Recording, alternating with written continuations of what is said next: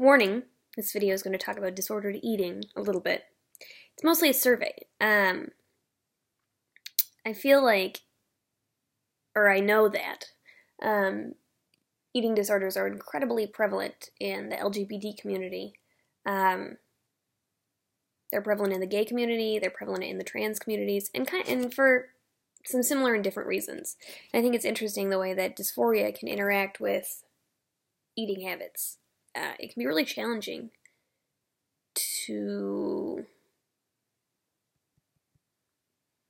dislike your body and also be susceptible to disordered eating, because sometimes you can use that as a way to try to have control of your body and the way that it looks, but it's really destructive and unhealthy, and there's obviously a lot of shame surrounded by eating disorders.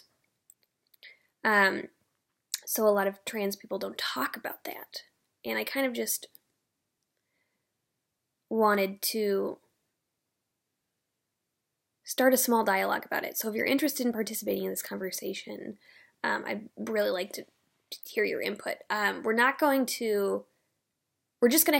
open up a dialogue, but it's with the understanding that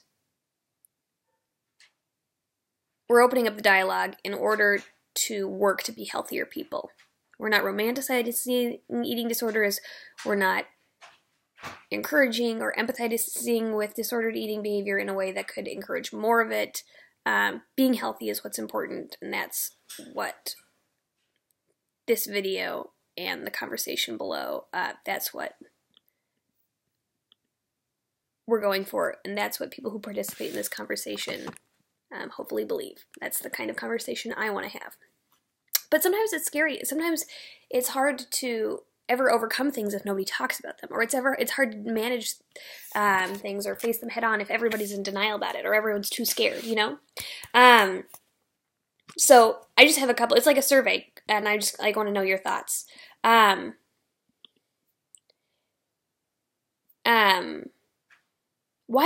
I guess the first question is, well, there's 3 questions. I'm just going to say them, and I'm just curious, and I think it could be helpful for people who are dealing with this. So the first question is, how does your body dysphoria interact with your eating habits? Do they intersect at all? So for example, do you practice unhealthy eating because of your dysphoria, as a way to manage your dysphoria?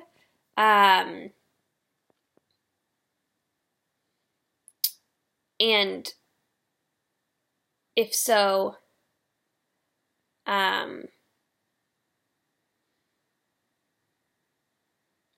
guess what I'm asking is, do you think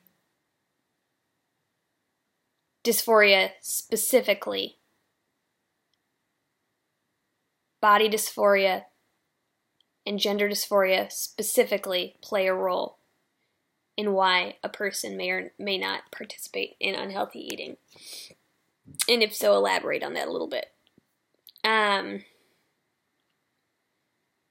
Because we can have eating disorders because we are unhappy with the way our body looks. We can have eating disorders because we have self-esteem issues, because we have we want more control over in our lives. There's a ton of different reasons. But I guess what I'm asking is, because it's so prevalent in the trans community, is do you think that dysphoria could be a reason to participate, to partake in disordered eating? And then my second question is, why don't people talk about this? A lot of people don't talk about this. I recently hung out with a ton of trans people, and I found out that almost every single one struggled with this, but none of them have spoken publicly about that, which is fine. I'm not judging them for that. That's totally an individual's decision. But I guess what I want to unpack a little bit is why. Why don't we talk about this? What are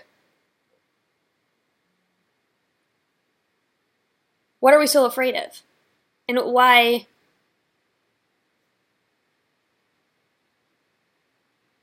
don't we talk about it? Why are we so in denial? Why is it so hush-hush? Why is it so taboo? Specifically, when eating disorders intersect with trans identities. And then finally, if you can relate to any of this, what are you doing to manage your disorder and stay healthy? And what would you encourage other people to do? So,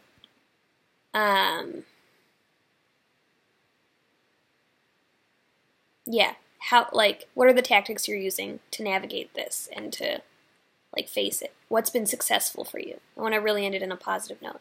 So yeah, participate in this discussion with me if you want. But yeah, because I know the only thing that helped me was actually unpacking some of this stuff. I do a little bit in gender therapy and stuff like that, and figuring out why I do the things I do and what I believe and what are these subconscious agreements I've made within myself. Why did they form? How do they protect me? How are they unhelpful to me now? And why do I want to be healthy? Why do I deserve to be healthy? Things like that. So it's a very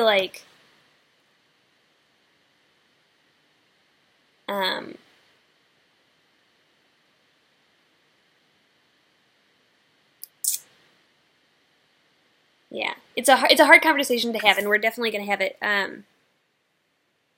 We're going to try to have it in an encouraging, supportive